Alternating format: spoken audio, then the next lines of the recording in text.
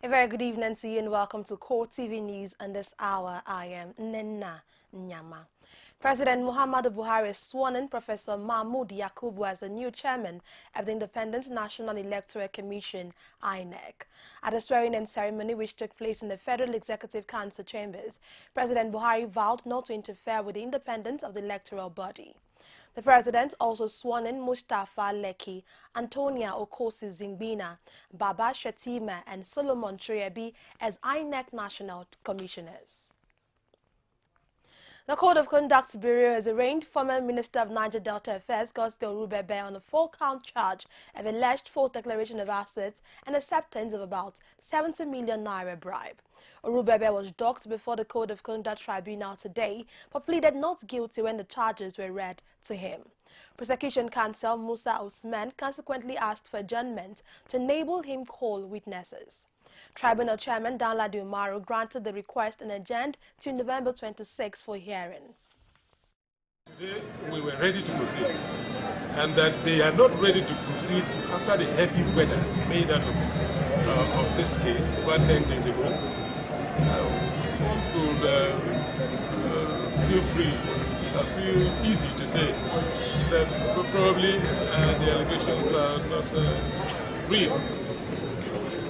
I'm somebody that loves this country. I have worked for this country. I also remember 2008, 2009, when the economy of this country was going down because of the Niger Delta crisis. I was the only minister who went around the camps of the former militant leaders that led to amnesty. I have worked for this country. And I believe that it is wrong for people to have a perception that anybody that has worked for this government or government at any time in this country is a criminal. I think that perception is wrong. A federal high court in Lagos has turned down the request of the founder of the synagogue church, T.V. Joshua, in a ruling delivered today. The lawsuit filed against the verdict that found the church negligent in the fatal collapse of a building that killed 116 people in September 2014. Meanwhile, this ruling paves the way to the trial of T.V. Joshua and the synagogue church. Reports from Wukari in Taraba State say there have been clashes between supporters of the two main political parties over the outcome of the judgment by the Governorship Elections Petition Tribunal in the Taraba State elections. The clashes, according to the state's police commissioner Shaba Alkali, have claimed 11 lives with several others also injured. The police commissioner also confirmed that normalcy has now been restored by a combined team of security forces, including the army and the police. The state government has not issued any official statement, but the governor, Darius Ishaku, in his reaction to the tribunal ruling, asked the people of the state to remain calm, peaceful, and go about their normal businesses without fear of molestation. Wukari has been a theater of ethno-religious crisis between the Jukuns and the Fulanis on the one hand, as well as the thieves and the Jukuns on the other hand. The All Progressive Congress says Saturday's judgment of the Taraba State Governorship Election Petition Tribunal is the clearest indication yet that the PDP has started harvesting what it sowed in its years of impunity and recklessness. Hence, it should blame itself for whatever tragedy has now befallen it. In a statement issued in Lagos by its National Publicity Secretary, Lai Mohammed, the party added that the PDP has always been a party of anything goes. Hence, it is a matter of time for the party to come to grief, first by stumbling from the pinnacle of power, and now by losing incrementally whatever remains of its scrambled empire. Appeal Court in Abuja, venue of the Governorship Tribunal, was filled with people who came to hear the judgment. Immediately the judgment was delivered, APC supporters went into white jubilation.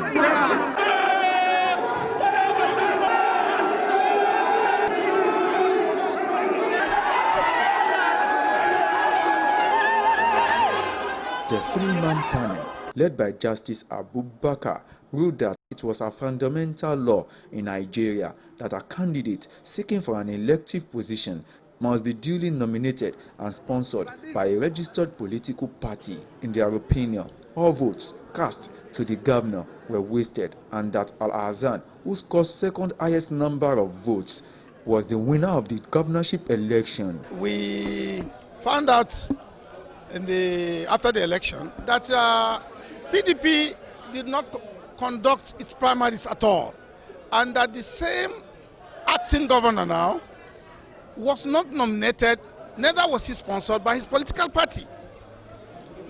The crux of the matter is, Ajia Jummai Al-Hassan contested election against no PDP candidate. We thank God that the journey that started on April 11 today has reached some milestone, and we believe that Ajia has fought a good fight, and the people have given her the support, and it shows that she's actually a governor that is deserving of the trust that the Taraba people had in her. According to counsel of the petitioner, if the PDP and the governor fail to appeal within 21 days, the APC candidate will be sworn in as the governor of Taraba State.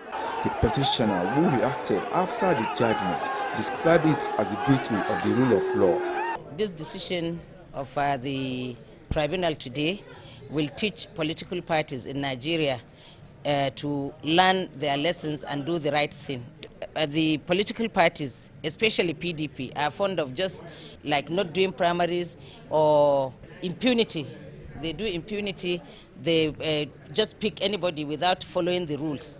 So it will teach people to learn how to obey the rules, and it will entrench and strengthen internal democracy in our parties in Nigeria. Effort made to get the reactions of the defense counsel proved abortive, as they were not seen immediately the judgment was delivered.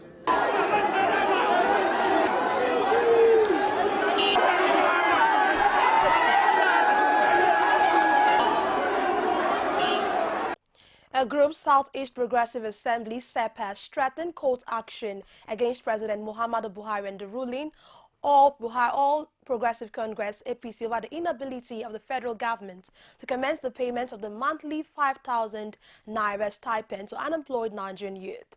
President Buhari and his party, the APC, during their campaigns, promised to drive its change policy through certain programs, which include payment of 5,000 naira monthly stipend to unemployed Nigerian youth. The group added it is worried by the antics of APC senators who rejected a motion at the floor of the Senate seeking to compel President Buhari to fulfill his campaign promise on the payment of 5,000 naira monthly stipend to unemployed Nigerians. The senator representing Bauchi Central, Hama Issa Miswa, says the Senate will continue to support East President Senator Abubakar Bukola Saraki because of the injustice being perpetrated against him at the Code of Conduct Tribunal. Misal added in a statement personally signed by him that though he's not a lawyer, but it is obvious that a case against Saraki on the declaration of assets is being manipulated, and a script written based on mischief and ill will is being acted in all the courts before whom the matter has been taken. The senator added that his colleagues who witnessed the proceedings at the tribunal on the 3 occasions Saraki appeared before it were convinced that the defendant was only being targeted because he is the Senate president, and that the body language from the tribunal chairman clearly shows that he cannot do justice to the defendant in the present case. The People's Democratic Party, PDP, is reportedly mobilizing its members in the House of Representatives for a possible showdown with the ruling All Progressive Party, APC, over moves by the APC National Chairman, John Oyegun, to intervene in the crisis sparked by the recent constitution of the House Standing Committees. House leader Femi Gbajabiamila and his supporters claimed they and the APC were shortchanged by Speaker Yakubu Dogara in the appointment of chairman and vice chairman for the committees. Dogara, according to them, conceded too many positions to the PDP and they therefore want a redress. The matter has already reached Odegu Oyegun, who, according to party sources, is exposed to intervening in the matter. We'll take a break now, return with more stories. To stay with us.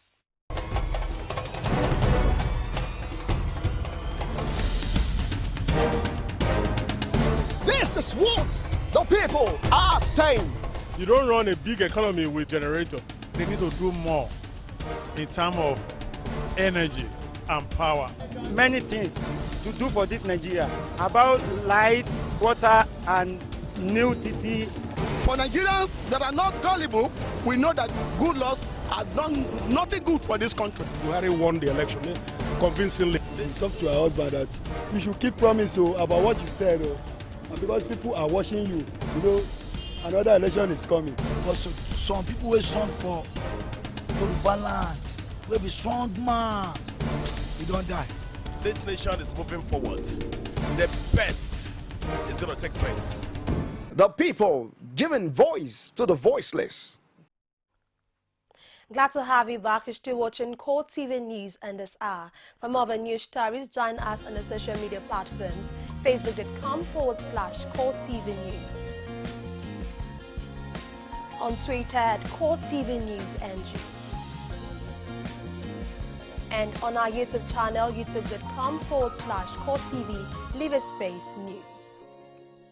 Lagos State Governor Kimomi Anbade today pledged the support of the state government to see the completion of the bone marrow transplant center at the Lagos University Teaching Hospital, Luth, which will go a long way to save the lives of those suffering sickle cell disorder. The governor spoke when the chairman, Sickle Cell Foundation Nigeria, Olu Akinyoju, and National Direction and Chief Executive Officer of the foundation, Annette Akinshete, paid him a courtesy visit at the Lagos House, Alausa, Ikeja, where he was adopted as a patron of the Sickle Cell Club, Lagos, Nigeria, a position only previously occupied by former governor of Lagos State, Asiwaju Bola Ahmed Tinubu. Commending the foundation for intervening and providing sickle to victims of sickle cell in Nigeria, Governor Anbade expressed optimism that the establishment of the center will be a major breakthrough, saying that the state government will provide support in line with the cardinal programs of his administration to touch as many lives as possible. The new Plateau Police Commissioner Adekunle Oladunjoye called on journalists in the state requesting for their maximum cooperation in his vigorous attempt to bring an end to the perennial communal clashes that has bedeviled the state. Our Plateau State correspondent has details of the story. In a storm meeting stakeholders in the state to strategize on those who can assist in the quest for lasting peace in Plateau State, the new police boss paid a courtesy call to Nigerian Union of Journalists Secretariat, seeking the cooperation of journalists while urging them to drop sensational reporting. I've been reading always and hearing much about Plateau State through your efforts. So there's no way I will come and just forget about and then I will start going on. In his response, the chairman of the Nigerian Union of Journalists, Yakubu Tadi, promised the CP maximum cooperation in the quest to bring in a lasting solution to the crisis that has bedeviled the state over the years. You start your regeneration from here in Plateau.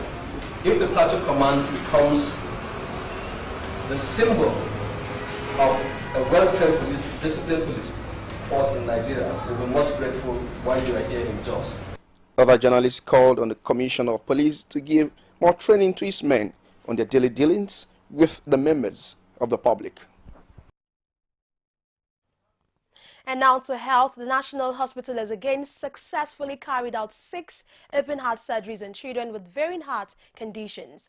This comes 3 months after similar operations were carried out on 6 other children. Surgical procedures, according to the hospital authorities, were done by Nigerian surgeons. Bukola Afeni has more in this report presented from our studios. 6 children with heart diseases of various complexities were operated in the course of the week. The patients had been at the cardiac intensive care unit from where they were wheeled to the theater for corrective surgeries.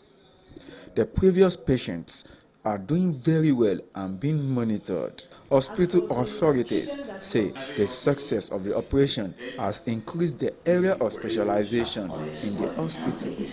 This, according to them, showed that the previous ones is not a fluke. As for the children that we operated the last time in August, 4 of them don't live in Abuja. Some came from Jos. Some came from other parts of Nigeria, but 2 are in Abuja here, and we are following them up in our clinic. We invited them for this program for re-evaluation, and the 2 of them came. We saw them, and we are very happy with their progress. Their parents are in Abuja here, and if you want to see them, you can link you up with them. Establish National Hospital as the first place in the north where it is also taking place regularly. So, but open heart surgery are taking place in Nigeria for years now. But the number of places where they are taking, there are still very few, a handful. Can count them in one of my hands. And that means there are so many people on the queue waiting to have these surgeries done. And that's why we are starting this year. And we want to ensure that it's sustainable and so that many more people can benefit. Some of the patients have been receiving treatment for more than 2 years before the surgery. The parent of one of them says his child is in stable condition. So it was organized about 2 years ago. We took him to the hospital. They said that he had this arterial septic defect and he needs surgery. We have to take him outside for surgery. So we were referred to here at National Hospital for further investigation. When he was screened and had a very successful heart surgery. They should come and benefit from this program. They should come, they should bring their children for screening, and they might get lucky to get assisted as he has. Basking in the euphoria of the latest feat, the National Hospital says it will not relent in its effort to make healthcare easy and accessible for Nigerians.